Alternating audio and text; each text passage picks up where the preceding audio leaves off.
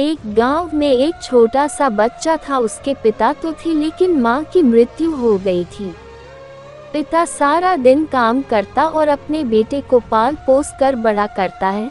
वह सारे सुख अपने बेटे को देता है जो एक माँ दे सकती थी। उस पिता ने कभी कुछ नहीं मांगा, सिर्फ इतना ही मांगा कि मेरे बेटे को कोई परेशानी ना हो। दिन बीतते गए, बेटा पढ़ लिख कर अच्छा जॉब भी करने लगता है और वह शहर में रहने लगता है। कुछ दिन बाद वह अपने पिता से मिलने आता है और कहता है, पापा मुझे कुछ पैसों की ज़रूरत है।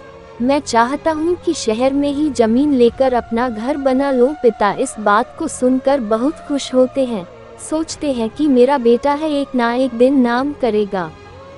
जिंदगी भर की बचाई हुई पूंजी को निकाल कर अपने बेटे को दे देते हैं। बेटा शहर चला जाता है और उन पैसों से अपना घर बना लेता है।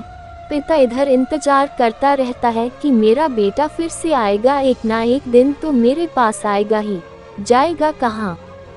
उसके पास अब कोई नहीं जाता था, क्योंकि न ही अब उस पिता के पास पैसे थे और न ही रहने का जगह था।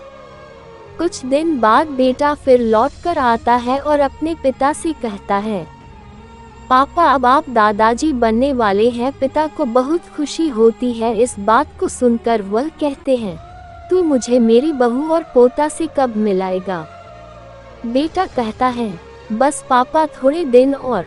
पापा मुझे कुछ पैसों की ज़रूरत है, क्योंकि आजकल थोड़ा जॉब में खींच बीच हो रहा है, जिसके कारण से मुझे कुछ दिन के लिए सस्पेंड कर दिया गया है।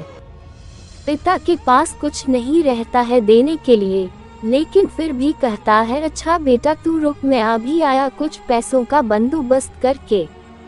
पिता बाद में महाजन से कुछ पैसे उधार लेकर अपने बेटे को दे देता है और बेटा पैसे लेकर शहर चला जाता है। बरसों गुजर जाते हैं। पिता सोचते हैं कि मैं तो अब दादाजी बन गया हूँगा, मेरा बेटा पता नहीं मेरे नाती को लेकर कब आएगा। फिर सोचने लगते हैं, समय नहीं मिलता होगा इसलिए मेरा बेटा अभी तक आया नहीं, वरना आया जरूर होता। तब तक महाजन 2-3 आदमी को लेकर उस पिता के घर पर आता है और कहता है कि आपके वादे के मुताबिक मैं पूरे 3 महीने बाद आया हूँ अपने पैसे ले जाने।